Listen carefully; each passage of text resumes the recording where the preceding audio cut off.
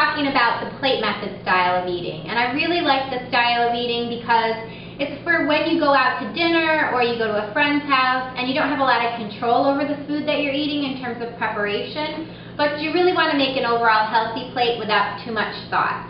This is what you do. The plate method is great for just making healthy eating really, really easy. So first let's take a look at a plate that's kind of a typical American plate, right? So we have a big serving of protein here, a lot of carbohydrate, and then maybe vegetables here on the side as kind of an afterthought, right? And that's typically how we prepare meals. We first think protein, then carbohydrate, and vegetables kind of take a back seat.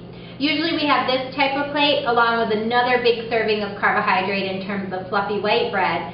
And usually this isn't the most nutritious way to eat. As you can see, we're really lacking a lot of color here. We have a very beige plate. So the plate method really changes all that and moves vegetables to the forefront where they really should be. So the plate method is exactly this. You want to take your plate and in your mind you want to think about cutting your plate in half and one half into 2/4. So on half your plate you want to fill it up with vegetables. The brighter the color, the deeper the color, the better. And also think about having a lot of different colors. That makes sure that you're getting a lot of vitamins, lots of different types that you need.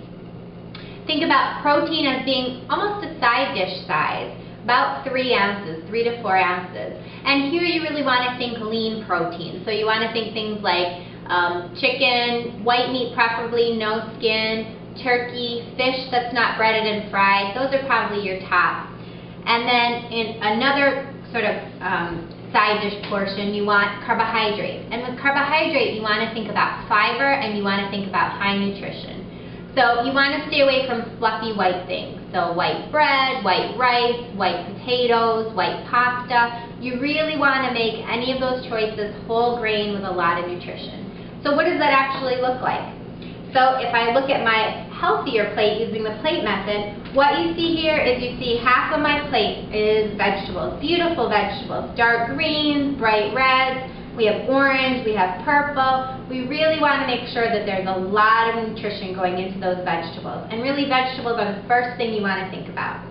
Second thing we're looking at is our protein. We have a lean protein, we have turkey, and it's in a nice small portion, about 3 ounces, 3 to 4 ounces. And then you can see our carbohydrate is a nice side dish size. And again, here we're doing sweet potatoes instead of doing a white potato. So again, more nutrition. So it's a very easy way for me to go to a friend's house and eat healthy or go out for dinner or even at home to really think first about the vegetables, filling up half my plate, then a small corner with the protein, a small corner with the carbohydrate. I grab my sugar-free, calorie-free beverage, and I'm good to go. Now let's take a look and see what Matt has in the kitchen. Hey everybody, it's Jennifer and Matt here in the Discovery Kitchen, and we're talking more about the plate method and really how do you use it in terms of cooking. Remember, the plate method is really where you think about the proportions of your meal, making vegetables the main portion with protein and carbohydrate more as the side dish.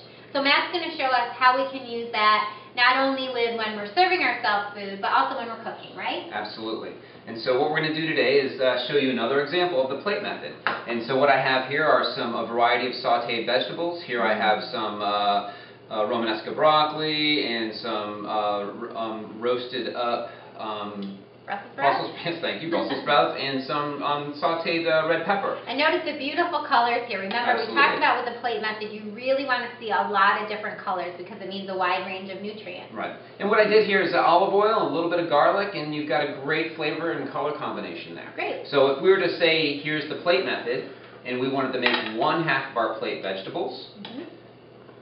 Right, so we can load those up. Yeah, you can't have too many vegetables. Right, and vegetables, the first thing that we're thinking about. Absolutely. And then for 1/4 of the plate, we'd have 4 ounces of my meat. And so right here I have some grilled up chicken. Okay. Put that here. Perfect. Okay. And then for starch or carbohydrate, you can do like a whole grain brown rice or some sweet potatoes. In this case, we've got whole grain pasta. All right, I'll put that in right here. And that's 1 cup cooked of carbohydrates. That's a portion for 1 meal.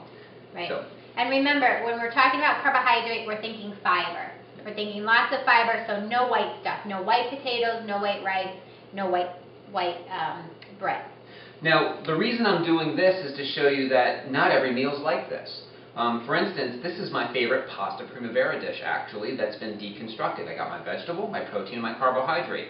But when people go home and they start making pasta dishes, they think is pasta as being the main aspect. Component of the dish, right? And it's very overwhelming. Typically, it's way more than a cup. So this gives you an idea of what a pasta dish might look like when it's been deconstructed. So what I'm going to do is I'm actually going to take this plate and I'm going to toss it in a bowl. Okay. And then what we can do is we can just stir it around, mix it up. You know, sometimes you'd want to get the vegetables and the pasta and you can nicely display the protein on top. Or you can cut up the chicken into smaller cubes and integrate it like I'm doing it here. But if I'm looking at this as a pasta dish, I don't know if you can see that on camera, but normally in a pasta dish, I think the thing you see the most is pasta because that tends to be proportionally what's the major ingredient. Right. But in here, if we're looking, you really see the vegetable and you really see the color. You see a lot less of the protein and the carbohydrate, which is really what we're getting at. We're really wanting to use that plate method for portion and proportion for really focusing that meal on vegetables. Right, absolutely. So here it is with pasta, but if you think in, say, Chinese food, stir-fried rice, I mean, most of the time it's predominantly rice, and it's very lacking in the protein and the vegetables. Yep. You know, if it's a casserole, you have to think about what's the distribution of carbohydrates, proteins, and vegetables in that casserole. If it's predominantly pasta or starch, then that distribution isn't really that healthy. Yep. So we have to start paying attention to this. So that's why we brought this example to you. So I always like giving a little drizzle of nice healthy olive oil. You can season it with a little salt and pepper. You know, you can get it mixed around, stirred up, but then you put it on the plate. It's still a very nice full plate. Great. And looks beautiful. And you've got all the components that we had here. And to be honest with you, now that I look at it here, you can still see that there's a good portion of pasta on there. But measure it out before you put it on the plate. Yep, absolutely. Good point. So you can use the plate method when you're cooking to achieve really an overall healthy dish, really making vegetables that focal point, but still enjoying your favorite foods, your favorite pasta dishes, your favorite rices, whatever it is that you love, just making sure you've got the right proportion. Thanks. We'll see you soon. Bye-bye.